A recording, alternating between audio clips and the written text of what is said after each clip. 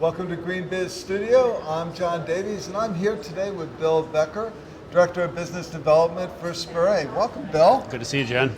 So, Bill, we were talking earlier about the evolution of microgrids and how they're no longer just these tiny self-contained things, but they've really taken on a much different role, connecting to the grid and sort of helping with that. So, explain a little more what we were talking about.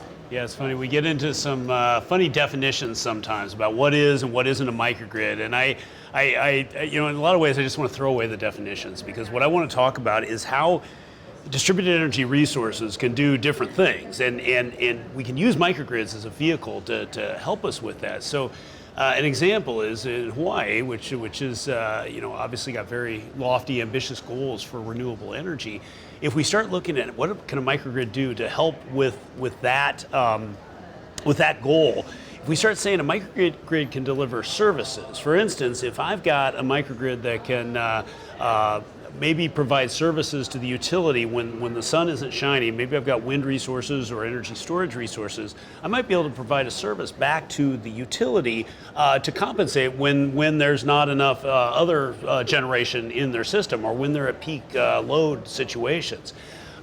You get into some complexity where, how are you going to pay for that? How are the market mechanisms going to work? But the concept is that a microgrid can do more than just serve itself. It can serve the whole community and actually provide value, which ultimately leads to more business value, more value streams that would give me as a microgrid owner a reason to invest in that capability. So that's kind of where we see the big picture of microgrids going. Yeah, I think we heard from some politicians and executives here. I think the mayor of Maui talking about that on his islands.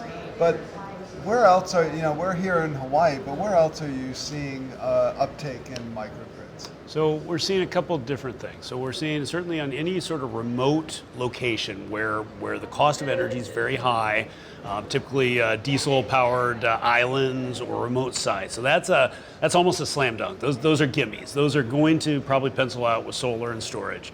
Of course, we have to keep the reliability high. We have to make sure that if clouds pass over, that we've got enough reserves in the system to be able to respond. But it almost always makes sense. So that's one place. The other place is what I'd call facility microgrids or campus type microgrids, behind the meter places where we're taking advantage of a rate structure. Typically, we've got a rate tariff, demand charges, time of use, something, and we can invest in our microgrids so that number one, we might have resilience, but number two, we can arbitrage against the utility rate, and we can make money with this investment. So that's the other place we're seeing it, and typically those things happen in higher priced energy environments. So in California or places where solar is really good, like Arizona. So that's where we're seeing that.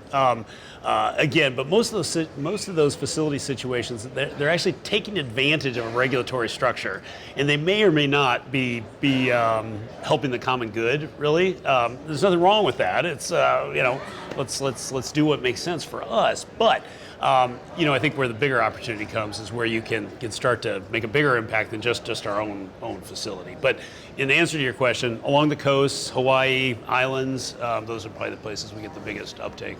Great. So I've been here with Bill Becker, Director of Business Development for Spirae. Thanks a lot, Bill. Hey, thanks. It's great being here.